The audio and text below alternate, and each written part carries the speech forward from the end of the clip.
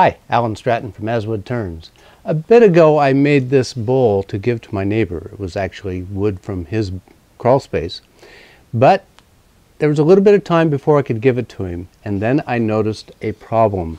Here in the bottom, apparently the segment shrunk. Maybe that wood was not quite as dry as I thought it was. And so this is unacceptable. I can't give it to him this way. So I'm going to have to repair it.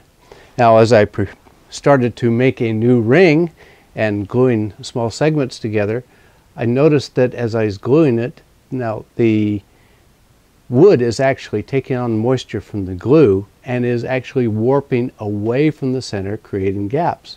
This is also unacceptable. So I've got to figure out a way that I can glue small segments together without them warping so that I can make a replacement bottom for this.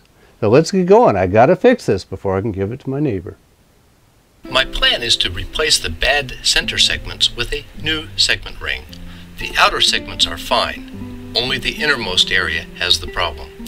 So first I need to cut out the center of the bottom of the bowl. I want to use a double mortise and tenon joint that has a flat shoulder area between the two vertical surfaces to provide more gluing surface. I've mounted the bowl back in my homemade cool jaws. I'll cut out the area with a square carbide cutter. First I'll cut the center mortise clear through the bottom, then I'll cut a shoulder with the next mortise. The trick is to make the vertical surfaces perfectly vertical.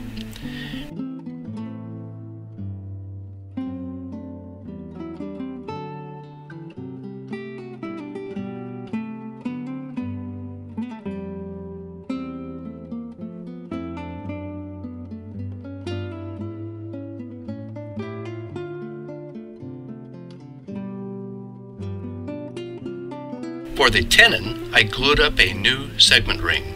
Here I fought the small segments taking on moisture from the glue, warping and distorting. Finally, I settled on making the ring slightly larger, which made the narrow points wider. I also glued them first into pairs, but placed another pair of segments outside the pair being glued and then clamping them securely. I allowed them to dry extra time while in the clamp to allow time for the wood to stabilize. After the segments were in pairs, I did not have any more problems with warping as I completed the ring glue-up.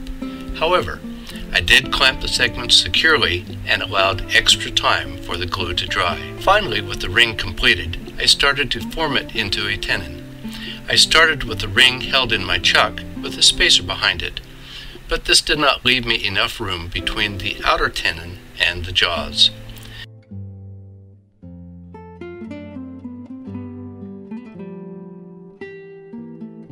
So after facing off the ring, I glued it with CA glue to a threaded wood faceplate. With these faceplates, I don't worry about my tool hitting the faceplate. In fact, I often shape the faceplate to help the project. So now I could fit the tenon to the mortise. I don't enjoy this process, especially with a double tenon, because it has a lot to cut, test, and so on. It is very easy to overcut and have to start over, sometimes with a new piece of wood. Cutting a chamfer on the corner of the tenon helps to see the size, but I still don't enjoy it. Finally, it fits. Let's glue it up. The tenon is on the headstock, the mortise is with the bowl. After spreading the glue, I'll use a large faceplate to transmit pressure from the tailstock through the bowl to the tenon. I'll allow extra time for the glue to dry again. Even with all this, the joint at the outer tenon was not as tight as I'd like it to be. So I'll take a parting tool and open the joint up a little bit more. Then, since I planned to try casting resin in place to fill the center hole, I decided to fill the wider joint with resin in the same pour. So I poured out a little resin, mixed in some burgundy metallic color, then mixed in the activator. After it stiffened a little, I poured enough to fill the center and the outer joint.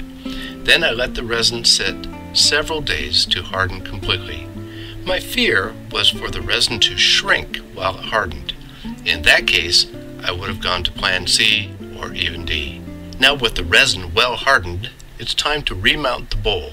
Since the tenon was still on one of my threaded wood faceplates, that's what I used to mount the bowl to the headstock. I cannot use a gouge on resin, so I pulled out a round carbide tool. With very light strokes, I cleaned up the surface of the resin and the wood around it for a smooth joint. Then I sanded and refinished the interior.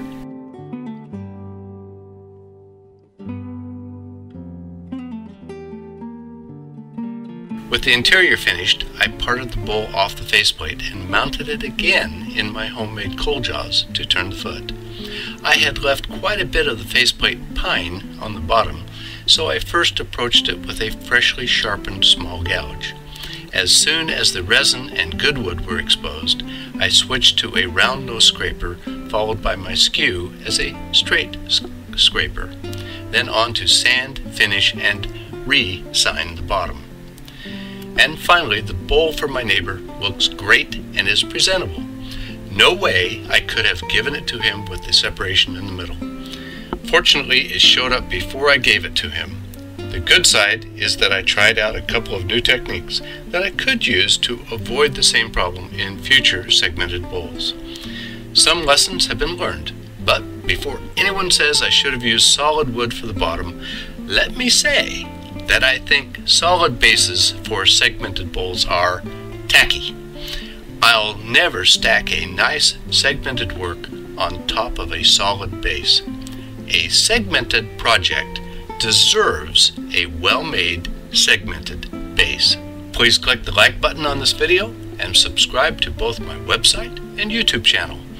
Always wear your face shield. Until next time, this is Alan Stratton from As Wood Turns.